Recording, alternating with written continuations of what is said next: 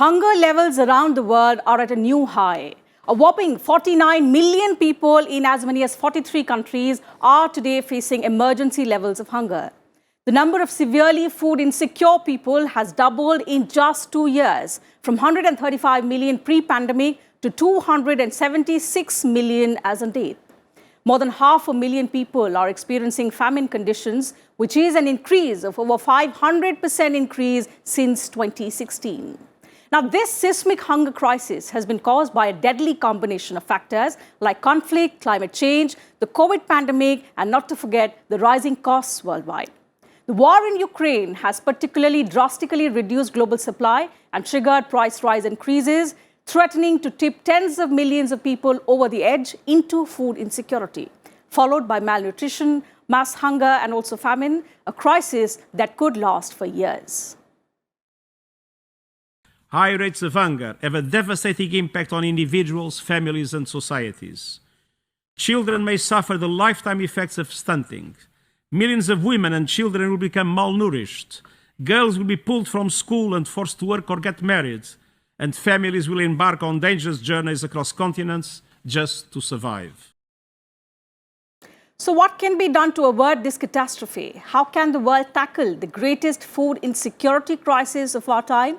That's the global debate.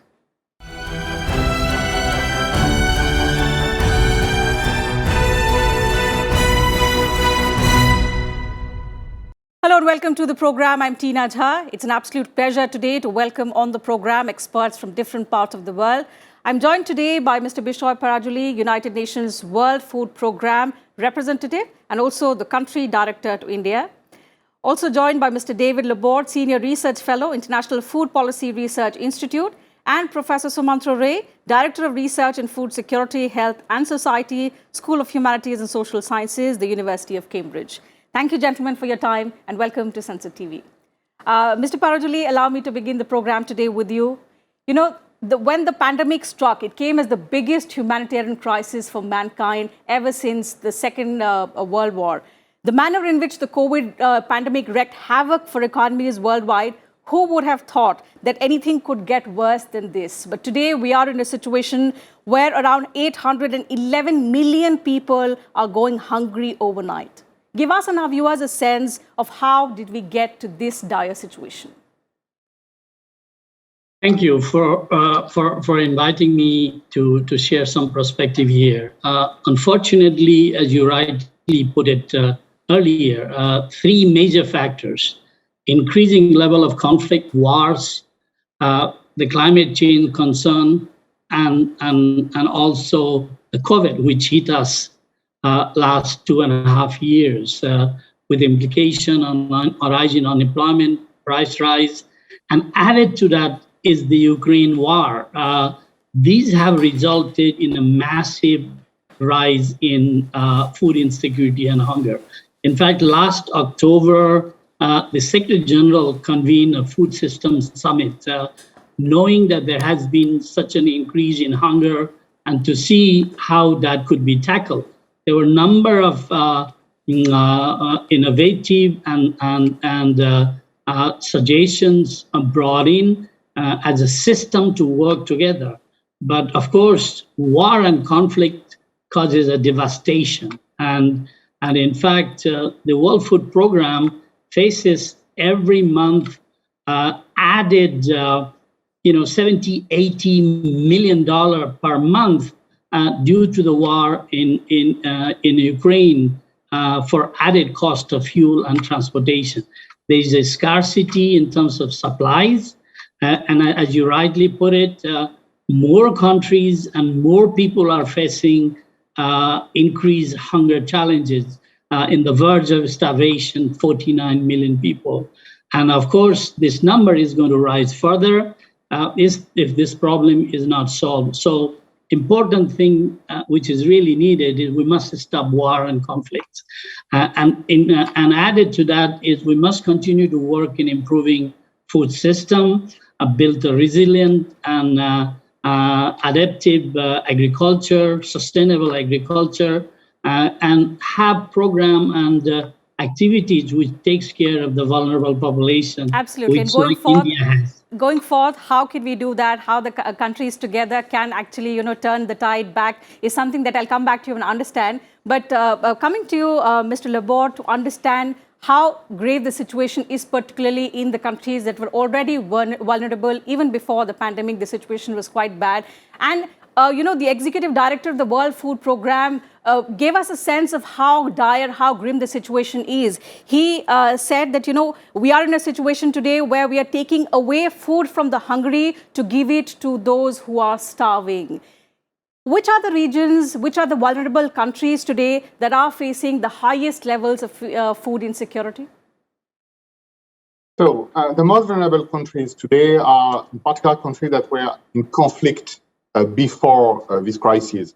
So think about Yemen, think about north of Ethiopia, and so on, where you have population that are already very vulnerable, where local food supply has been totally disrupted. You can also think about refugees in Lebanon or part of Syria, and rely a lot on world market for their food supply, but also activities like WFP is conducting. And so the need of resources to continue this type of activity is pretty important.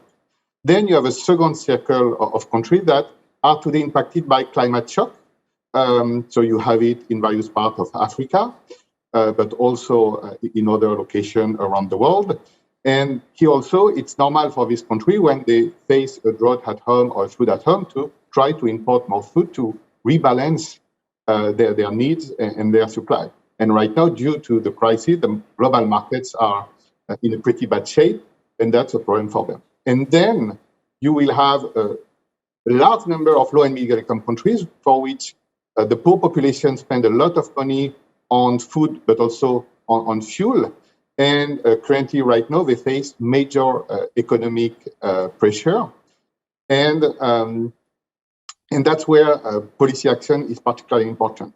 And I would say last but not least, and that's basically everywhere in the world, we have a crisis on the fertilizer markets, meaning that farmers all around the world will struggle to access to their fertilizer, pay for fertilizer, and basically prepare the next harvest. And that I would say the medium-term concern we have, in the sense that we may have not seen yet the worst of the crisis.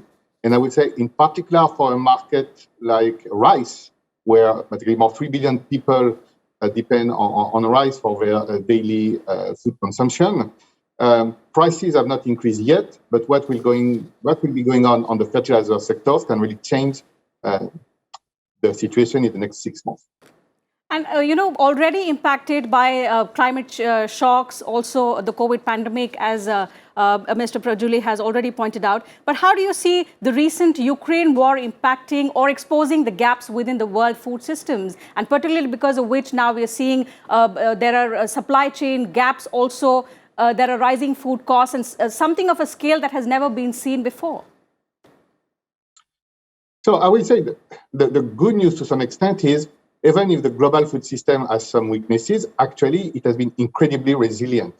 We have been through shock that we have never seen for the last at least 60 years. A major pandemic crisis, now a war that impacts what are key breadbasket for the world, including one of the largest country on earth.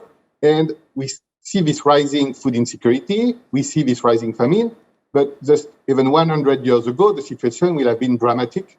Or even in the 70s, if we go back, several countries have a very traumatic experience from them. Here, we have a lot of people at risk, but we can globally respond to that. Yes, the Ukraine crisis is the last drop on a bucket pretty filled, and that's a problem. We are losing a significant amount of wheat supply, but also corn supply that have an impact on the livestock sectors around the world. So that's another kind of channel. And as I was saying before, the fertilizer aspect, because Russia and a country like Belarus that also is involved in these geopolitical tensions are key fertilizer exporter, and that's the pressure on world market. But still, we have issues, but hopefully we are in a much better place today to tackle them than we were 30 years ago, thanks to globalization, but also thanks to a lot of policy that countries have implemented, support to the farmers, and technological innovation. Okay, so that's one positive outlook that you've pointed out, that our systems have been resilient, the fact that we need to make it much more stronger to absorb shocks of this kind, so that those who are already at the receiving end, those who are very vulnerable, should not be, made to suffer a lot. Professor Ray, coming to you to understand, of course, we've been through a situation 2.5 years, we've been reeling under the pandemic. One of the senior economists at the IMF, I remember, said last year that the pandemic has already set the world back by a decade, pushing the prevalence of undernourishment to 9.9%. And of course, through a combination of lost income, food price rises, rising inequality in countries in Asia and Africa particularly. How do you see the current geopolitical tensions, the Russia-Ukraine war and other conflicts elsewhere also worsening the situation? So thank you for inviting me to speak. And just to clarify that I'm speaking on behalf of the NEDPRO Global Centre for Nutrition and Health, which is an independent think tank in Cambridge, as well as the Tigris programme in Cambridge, which is an agricultural and nutrition research programme involving both the UK and India. So in fact, over the past 5 years or so, we've had the opportunity to in fact foresee perhaps some of the stress points which are now emerging as potential points of fracture. And just to explain what I mean by that, I think we probably need to take a step back and think how all the different pieces of the chain are connected, because we need to go upstream and think about actually food production, what that does in terms of the food supply chain, the food environment, and then food choices, which are dependent on purchasing power. And then ultimately that impacts nutrition and health. And in fact, what we are seeing is really a double burden of both under and overnutrition, as well as the undersupply of essential micronutrients in the diet. So whilst there is hunger, there is also hidden hunger, because there may be adequate food for individuals and communities, but hidden hunger has been a problem for a very long time, where people are receiving adequate food, but not the right quality of food to support human health. This has become very evident in the pandemic, where the resilience of different communities from a health perspective has also been dependent on their nutritional resilience. And this, of course, means that when we think about food security, we need to think about not just the numbers who are experiencing absolute hunger, but also the numbers who are experiencing nutrition insecurity on top of that. And that means that we need to think about all of the different factors that influence the food system, whether they're economic, political, or indeed scientific and technological. And the food system doesn't sit in isolation, so there's an overlap between the food system, the health system, and education systems. And really, when we think about a geopolitical response, we need to break it down to the response that's required in each of those spheres, or really each of those parts of the chain that I described. And then we would get an idea of the true picture and pattern of burden that we're facing, but also that enables us to formulate a more targeted response to each of those components. Absolutely. And you very rightly said, all of these components are so, interconnected with each other, Mr. Parajuli, that the fact now is that the countries need to step up their efforts and sort of try to pull back those who've already fallen to the brink because of the pandemic 2 years. And we have to turn the crisis before it gets too late, particularly in this very year. 2022 marks halfway journey through the 2030 UN SDGs. Now, at this time, it's very crucial for countries to accelerate their efforts because the pandemic has sort of set us back. But what we are witnessing, on the contrary, is more and more countries resorting to protectionist policies. How is that compounding the already catastrophic scenario that we are witnessing? Are you asking me to respond? Yes, Mr. Parajuli. Okay, thank you very much. As a matter of principle, WFP always advocates for open market policy because it helps free access of food, free flow of food, and for people to buy and sell. So then the speculative market is not there. But contrary, of course, the countries do what fits well for them, or what they think is good for them, and that can have a sort of ripple effect in terms of prices, sudden price changes, as well as hoarding, and also the vulnerable countries suffering. I mean, that applies in all situations, food, or we saw in the time of vaccine, the restriction in vaccine supplies, and that suffering. So I think the important thing to do is, especially for the humanitarian purpose, there should be absolutely no restrictions, and a total open door availability and support globally from all countries, and then as well as I mean, it's broadly. It's not that there is not enough food in the world. There is enough food in the world. The issue is supply chain disruption and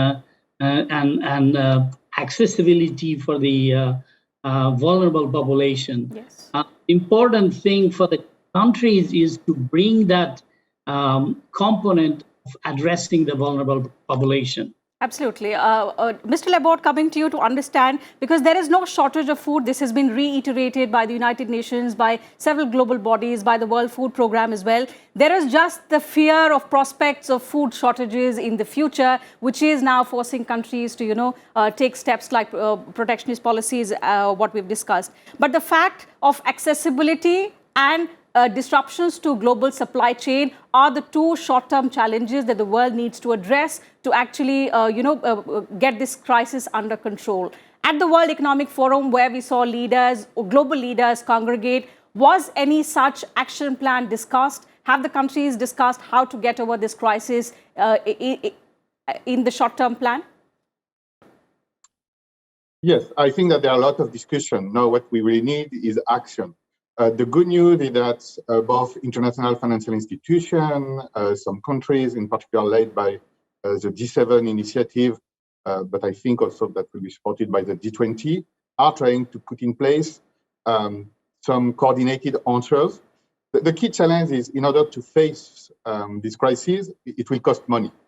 Money for continuing humanitarian operations that are just much more expensive to conduct due to high price of food and high price of oil, but also, as it has been said by my colleagues, to protect vulnerable people, and not just about basic needs in terms of caloric and basic staple food, but also make sure that nutrition is not sacrificed in order that the kids that are growing right now doesn't pay the price of this crisis all their life. And the question is where you get this money, how you mobilize it, because at the same time you cannot just ask countries, in particular poor countries, to get more indebted in order to pay for their safety net.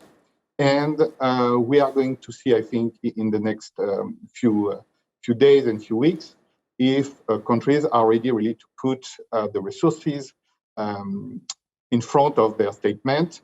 Right now, one of the big initiatives is the Global Alliance for Food Security that is shaping and trying to coordinate various responses, but that really reveals the challenge. Absolutely. And we need to mobilize financial resources. How effective is this alliance going to be? Something that we'll have to all wait and watch. But Professor Ray, we've spoken about how conflict has impacted or sort of compounded the global food crisis that we're witnessing. While conflict remains the major driver, we cannot overlook climate change. Climate shocks in the last few years have aggravated this problem. So if you try and understand how is climate change actually driving changes to our global food systems and in a way leading to this massive increase in global food insecurity and nutrition? Absolutely. And I think that the program I described earlier, known as TIGRIS, is an acronym for Transforming India's Green Revolution for the second time for empowerment and sustainable food supplies. And one of the things that program was looking to do was actually use action research to inform policy, particularly around some of the changes necessary to cropping patterns, for instance. When the first Green Revolution took place, it was absolutely appropriate at that point in time, but it introduced certain cash crops into the system, which have since actually been mirrored in many economies of the world. And that has actually changed what is in the food supply chain. It's actually also changed the nutritional profile of the population and also the risks relating to malnutrition. Now, coming back to climate change, we are now seeing an increasing situation where the soil and land is unable to sustain the same sorts of cash crops. And for instance, next year is a ray of hope because it's the United Nations Year of the Millet. So moving to different types of crops and actually beginning to think medium term to long term and not just about the response to this crisis means that we can begin to think about how to utilize our land in a more eco-friendly and economically friendly way, and one that will put less stress on the agroecological system, but will also actually bring more benefit to food supply and human health. And that, of course, requires changes at multiple levels, at the level of economics, at the level of the political drivers that underpin trade, but also at the level of consumers and what consumers expect, as well as their purchasing power and so on. So really, this is an opportunity in some ways to think beyond the current crisis and actually bring about this type of systems change that is nutrition sensitive agriculture that's also climate friendly and future proof. And it is possible to use some of the findings from research to actually begin to pilot and then draw out these solutions. And so whilst the need of the hour is very evident, there is also a future need which we need to start responding to at this very moment. Absolutely. And there is this risk always that short-term plans or short-term gains can impact the long-term action plans that you've spoken about. Mr. Parajuli, let me bring you in once again and to understand, because India has particularly been impacted severely by climate change. We've been seeing extreme weather events in our country over the last few years. And it's important for us, if we also look at the Global Food Policy report, it has warned that climate change may push many Indians towards hunger by 2030 because there'll be a decline in agricultural production and, of course, disruption in the food supply chain, which we have already begun to see. So the challenge here is to increase food production, which is also sustainable at the same time. So how is India ensuring sustainable practices which provides enough food for its population and also for the world and helps us meet our climate challenges, climate goals? In the last 50, 60 years, the transformation India has brought in terms of production has been enormous. From our 55 million tons, it produces 300 million tons now. But there has not been much attention to sustainable system, minimizing and also protecting use of water and climate and etc. And also there has not been much attention that the shift in climate which has happened so far. So I think the next decades will be precisely to address those concerns while increasing productivity, while increasing production. There is a need to also safeguard and minimize water use and move towards climate adaptation and diversify livelihood. There are increasing efforts already in terms of policies and action, different crops based on different climatic zones. But those are the efforts need to be intensified. And as India did it during the whole time of the Green Revolution, it depended on sheep to come and feed, but now India is feeding the rest of the world in that sense.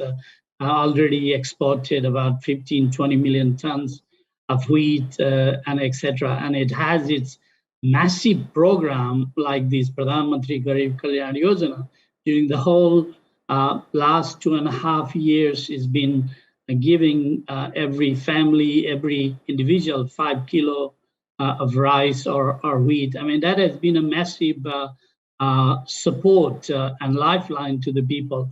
So that momentum in terms of increasing supply, safeguarding people's need, but at the same time adapting to the climate is critical for India to succeed in the next 20, 30, 40 years. Absolutely. And this is where not just India, other developing nations as well as, of course, in coordination with the developed world, they have to all come together and play a key role. Mr. Laborde, coming to you for one final comment, because solving the global food crisis is everyone's business, considering the fact that food production has to increase more than 60% by 2050 to feed the entire world. So what is the long-term solution? We are already reeling under a great crisis at the moment, but there are often, risks that short-term efforts will combat food shortages and they will come at the expense of meeting climate and sustainable targets. So globally, what is the kind of planned action that needs to be adopted so that both can be taken care of, food production as well as climate targets? So on one hand, making a stop of all these protectionist policies are pretty important because the world can manage the risk and the shock that climate change will bring only if we work together and if we basically do risk management together. Otherwise, one country will fall after the other. Just this year, for example, Morocco is going to lose 50% of their grain production just due to a drought, and they have to rely on regional and world market to do that. And we all want to curb the climate change crisis and to reduce emission, but we are already on a trajectory where things have happened and will continue to happen, so we need to act collectively. And then there is this question of working on policy reforms, because sometimes some country doesn't want to do it alone. So, for example, there's a lot of work to do on fertilizer policy, fertilizer subsidies, for instance, and we want the big players to act together to promote a more sustainable farm production. And I would say last but not least is knowledge, innovation, technology, and to make sure that small farmers also can adopt this new technology. If we want to produce more with less natural resources, we need to increase productivity. Certainly. And innovative technologies, regenerative techniques are something which will improve agricultural productivity, and that is something that needs to be done in coordination. So that having been said, I'll have to wrap up the discussion today. Thank you, gentlemen, once again for joining us on the program, sharing your thoughts and giving us your insights on this very, very important subject for us and our viewers. It was an absolute pleasure to have you on the program today. So that's it from us on this edition of the Global Debate. Thank you to all my viewers as well for your time. See you again same time next week with another topic and another set of panelists as well. So until then, take care of yourselves and keep watching Sansad TV.